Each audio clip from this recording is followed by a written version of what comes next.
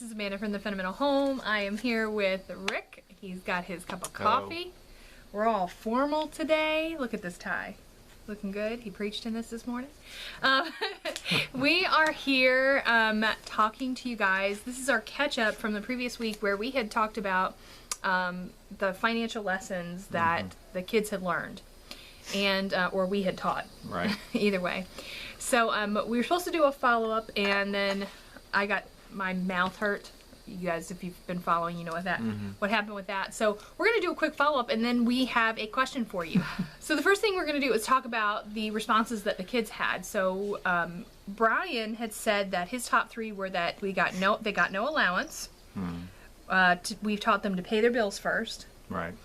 And he also appreciated being able to see the finances, how we used to have the board. We still have a board. We used to do it different, though. We used to have it on the dry erase board with all the bills and the paychecks and everything, and they could see exactly what was coming in and going out. And, of course, they're on the bank accounts now. They can log in and see everything. Frankly, They probably know more than you know about what's going on with the bank account.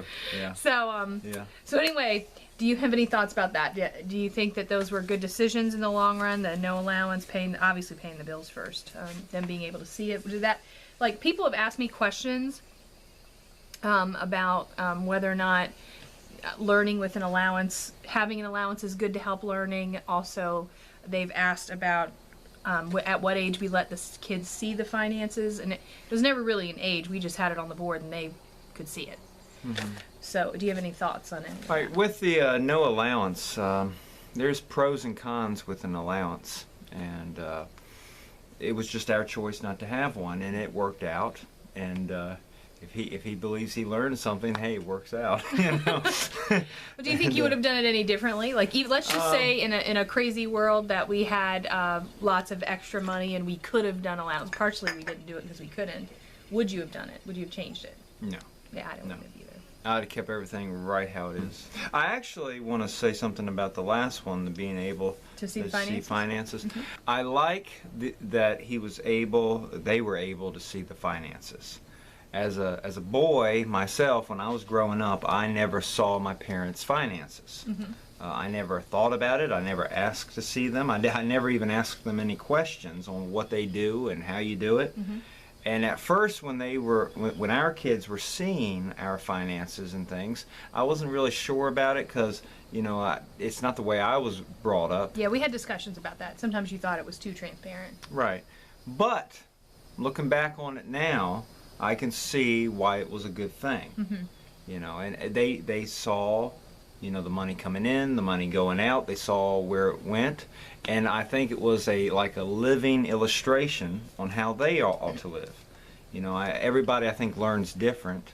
I learn if I see something. You can tell me how to make something in the kitchen, but I'm not going to be able to make it until I see you do it. And that's how I learn, and I think it helped some of our kids. I don't know if it helped all of them, but definitely, Brian? Yeah. Being able You knew who it was. Like, if I just gave you the list and I said these are the responses, you'd probably be able to tell which kid answered it. That's definitely a Brian answer. And I'll be honest with you, I think looking back on when we first, started our family and stuff, I think that if I had grown up being able to see finances with my parents and talk about them, I think I would have had a better idea of what to do with our money when we, got our own place and we were raising kids and we were paying bills. I think it would have prepared me a little better. I think it's funny because a lot of people who write messages and comments on the videos often ask to see how we do our budget.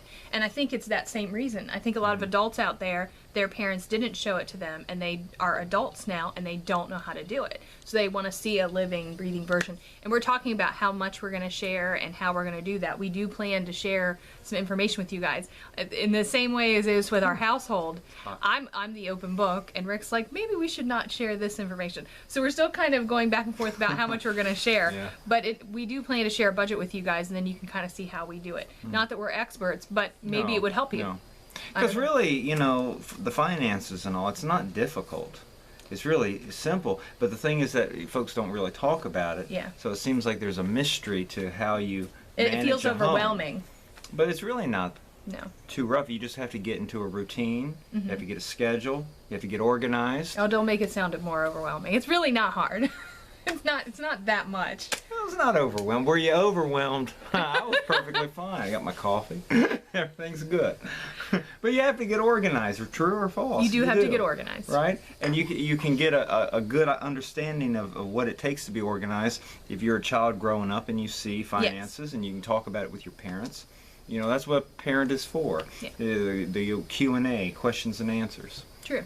So. And so I guess anyway. we'll parent you guys. We won't give you an allowance either. So the third one there, you know, points for Brian. That's good. Yay. Okay, I like well, that. let me tell you what Ricky said. Ricky said, number one, saving your money. He gave the example of when he saved for the, I think he did the video games. I don't know Yeah. if he mentioned the bike or not. Somebody He did. saved his money for several big things that he wanted. Yes. And he's really good at that, and I do think that that is something that is very helpful. People need to learn to save. Mm-hmm. I said in the video that if of any of our children, if I had to give someone our money and trust them to use it responsibly, I'd give it to Ricky. Do you think that's also true? He's a saver. He wouldn't spend it. Yeah. Brian is good with money, Mm-hmm. but he's very generous. He is. I think he would just, here you go, you know? Yeah. But Ricky, he's very, you know, Tight. yeah. Well, I mean, But in a good way. in some ways, I can see how that could be a bad thing, but he just knows where his dollars go. Well, actually, that's actually part of his thing. The second one was to leave your money at home so you don't spend it, but Yeah, the third one but- is needs versus wants. Yeah, He but said it's important to know needs versus wants. I will say, like Ricky, when he first started to earn money Mm-hmm. and spend money and have money, he started saving all of his receipts. He did. You know, in his Yes, he bedroom, did. he had all of his He receipts. still has receipts. He bought me a coffee once. One time he was like, "Mom, you're so great. I'm gonna buy you a coffee." And he took me to Starbucks and bought me a coffee and a Danish. And it was like almost $6 or something. And he was like, $6 for Yeah, a cup of yeah. coffee? He kept that receipt. He still has that receipt to this day. I can almost guarantee it. Yeah. And he talked about it forever. First of all, he said he hoped he married a girl who didn't like coffee because he didn't want to buy coffee all the time. Now he likes coffee. Yeah. Side Yeah. note. But Coffee's not that bad. You just have to drink regular. Drink black. Don't drink the fancy stuff. yes, he drinks black coffee if you didn't know. Yeah, I don't drink the fancy stuff. I just But it's drink just the point that Ricky keeps strong receipts. black coffee. Yeah, but he does. He keeps receipts. It's a mosquito. He keeps receipts. And it's funny, Brian was actually cleaning up one day and threw some of the receipts away. And it was a big, you know, Ricky's like, problem. "Where are my receipts?" Yeah, so he wants to know where his money goes. And that's a good thing, Yeah, right? he's really responsible about it. Oh, So he says leave money at home. And I think that's important. There you go. Important.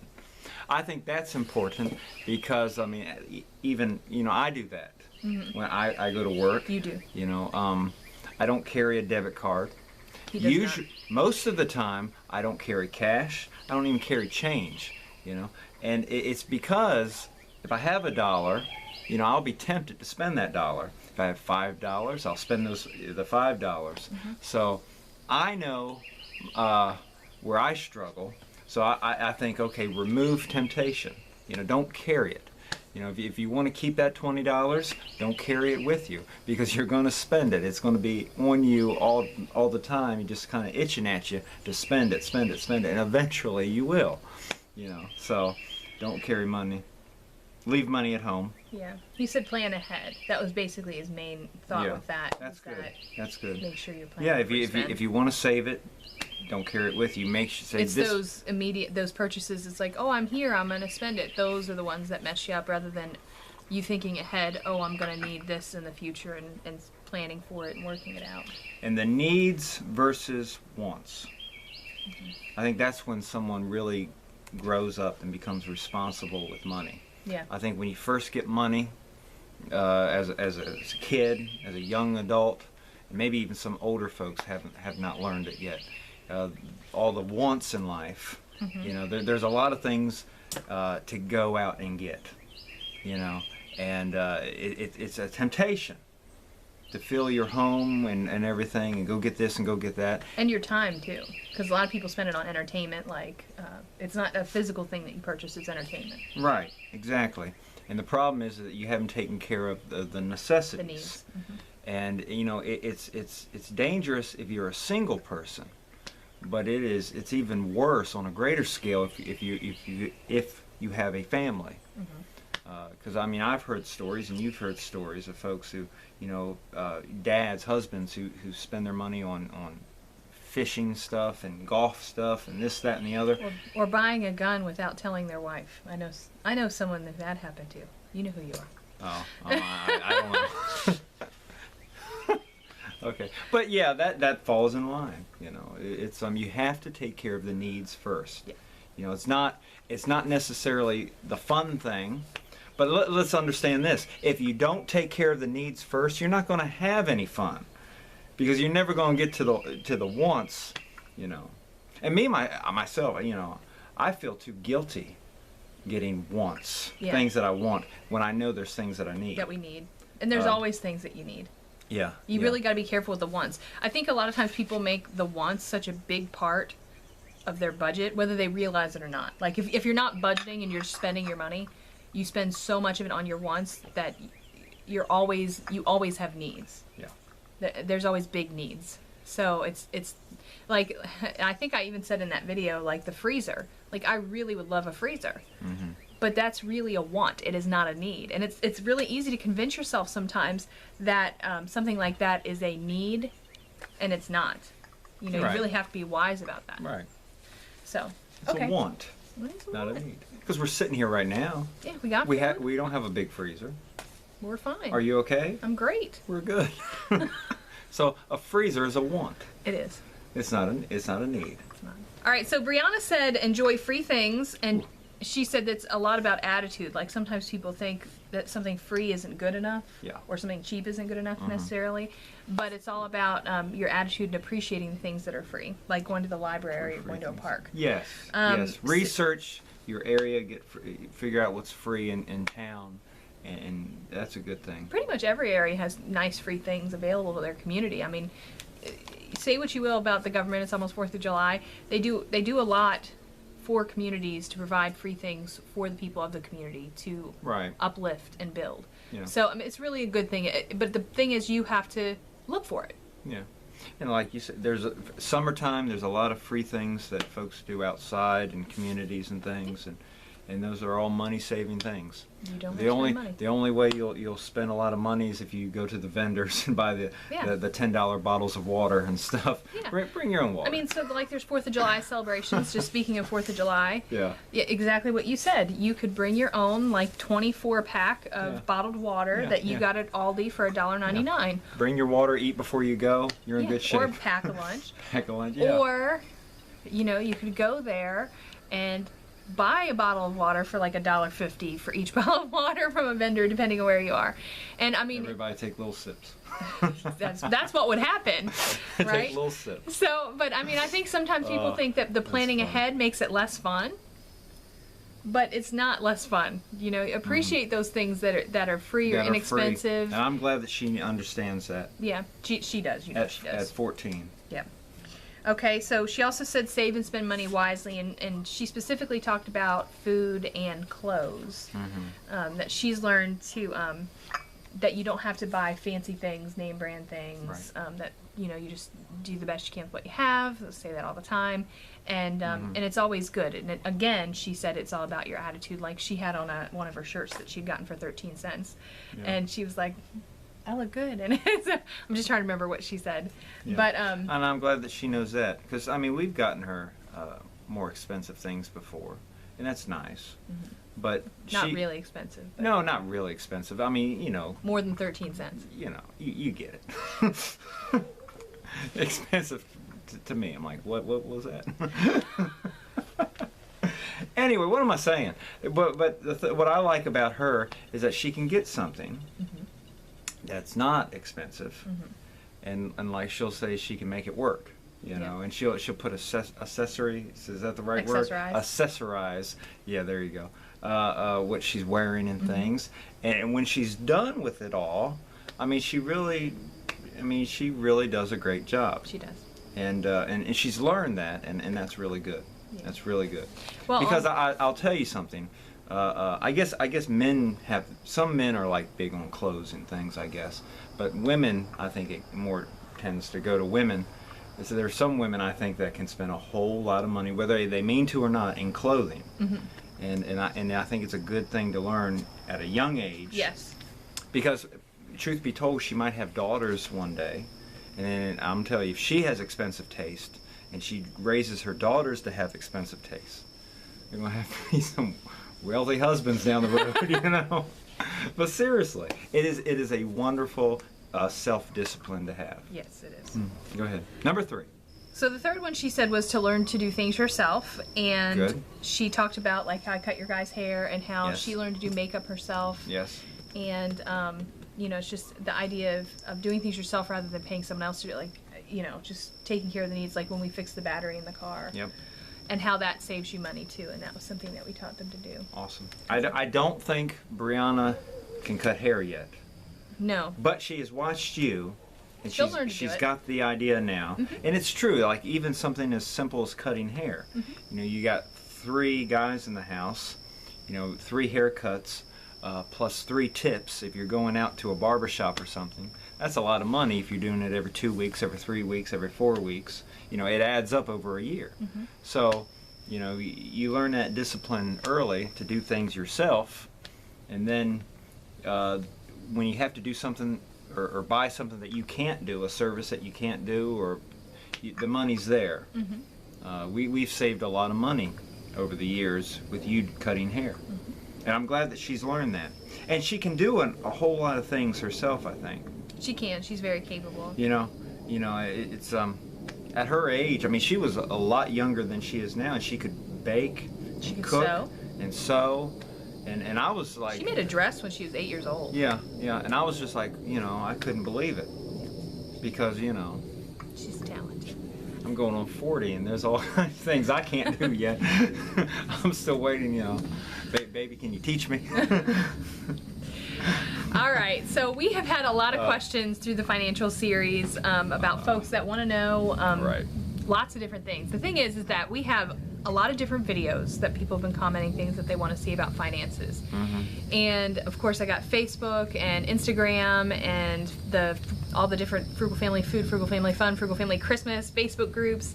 And so I get questions everywhere, not to mention private messages, and I lose track of all the questions that people want answered. So Rick's agreed to do a series with me on teaching you guys about finances, just what little we know. Again, we're not experts, we're just kind of sharing what we do, and Right. hopefully that helps you. But because every comment and question is everywhere, it's kind of left me in a loop. I keep losing track of things I want to talk about. So here, on this video, if you have a question about budgeting and financing and things that we do, again, we're not experts, but we'll do what we can to help you out and share what we do, put it down in the comments. This is the place for it, okay? I will look to this video to try to help you answer questions about finances and budgeting. So if you have any questions, put it in the comments right here, and we will try to get to it in our series on finance and budgeting. And we're going to try to do that in the next few weeks. So anyway, that's it for our wrap up. Don't forget to leave your questions in the comments. Thank you for joining us, and we're looking forward to hanging out with you and talking about this stuff again. Rick will have his cup. He might not have a tie on, but we'll be here. We'll be hanging out. So, all right, you guys have a good night. We'll see you next time. Yes. Bye. Bye. Good night. Hey, thanks for watching. I'm really glad you came to visit us here at the Fundamental Home. Make sure if you enjoyed this video that you click the like button, and also click subscribe right below me for more videos coming into your inbox all the time. And also, if you enjoy social media, we've got links up at the top here for Facebook, Twitter, Instagram, Pinterest, all the other fun things. And check out thefundamentalhome.com for more information about what we're doing all the time and how we do it, because there's way more details there. And here over to the right, we have some videos that I recommend. So thanks again for coming by, and we'll see you next time. Bye.